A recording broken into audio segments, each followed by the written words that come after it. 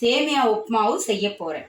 சேமியா 2 பேக்கெட், வெங்காயம் 1/4 கிலோ பொடி பண்ணி வச்சுருக்கேன், 4 தக்காளி பொடி பண்ணி வச்சுருக்கேன், தேவையான அளவு கடலைப்பருப்பு, உளுத்தம்பருப்பு, கடுகு, எண்ணெய், 6 பச்சை மிளகாய் கட் பண்ணி வச்சுருக்கேன், கருவேப்பிலை, கொத்தமல்லி, உப்பு தேவையான அளவு உப்பு, தண்ணி. கேஸில் ஏன பாத்திரம் வச்சுருக்கேன், அதை பற்ற வைக்கிறேன்.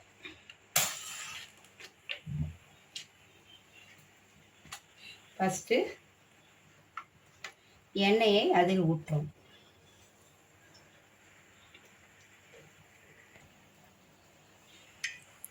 எண்ணெய் நன்றாக காய்ந்தது. இப்போ கடலைப்பருப்பு, உளுத்தம்பருப்பு அதில் ஆட் பண்ணுறேன். கடுகு ரெண்டும் சிவந்ததும்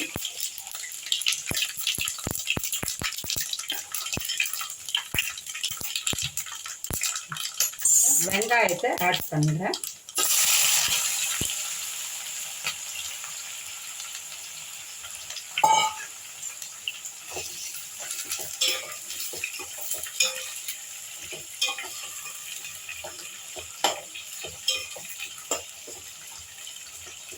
வெங்காயத்தில் உப்பை சேர்த்துட்டு சீக்கிரமாக கொஞ்சம் அருளாயிடும்.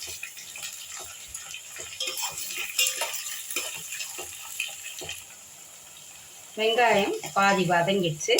இப்போ இதில் தக்காளியை ஆட் பண்ணுறோம். தக்காளி, பச்சை மிளகாய்,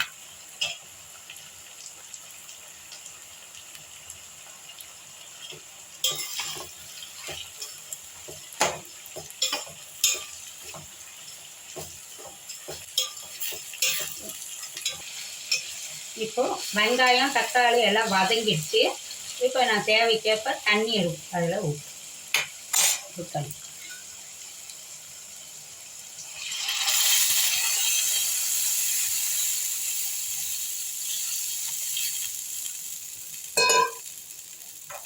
தண்ணி நன்றாக கொதிக்கணும்.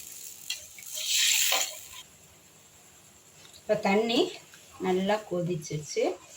இதில் சேமியா போட்டு கலர்.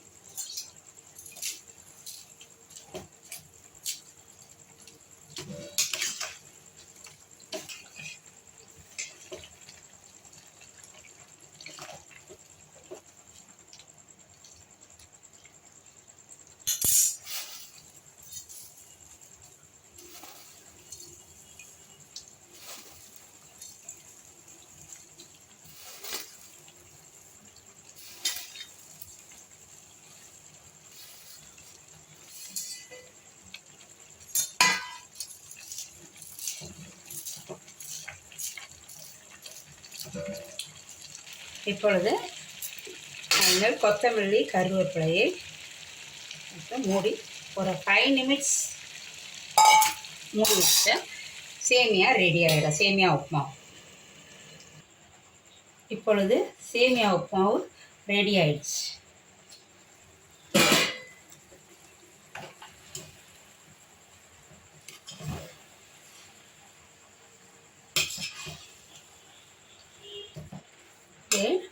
ஒரு பாத்திரத்தில் சர்வ் பண்ணி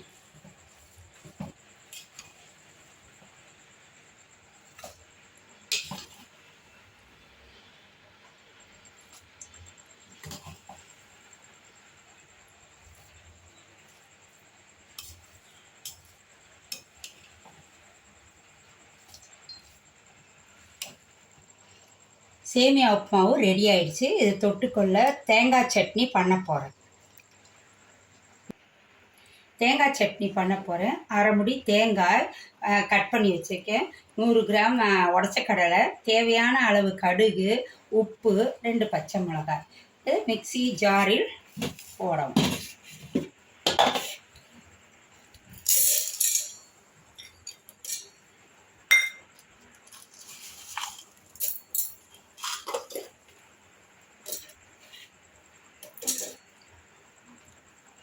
மிக்சியில் அரைக்கவும். தேங்காய் சட்னி ரெடி ஆயிடுச்சு. இது ஒரு கிண்ணத்தில் ஊற்றி வைக்க.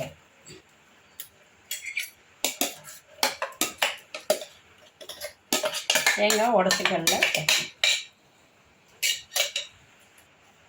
தேங்காய் சட்னிக்கு தாளிக்க போகிறேன். இப்போ அதுக்கு தேவையான எண்ணெய், கடுகு, கருவேப்பிலை. கடாயை கேஸில் பற்ற வை. கொஞ்சம் தேவையான அளவு எண்ணெயை ஊற்றி கடுகு,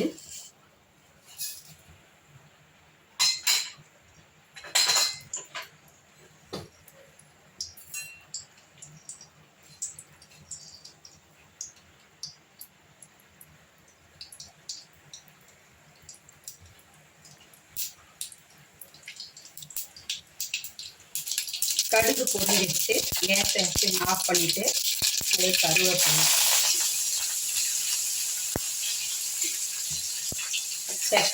நம்ம அரைத்து வைத்த சட்னியில் தாளிப்பு ஆட் பண்ணணும்.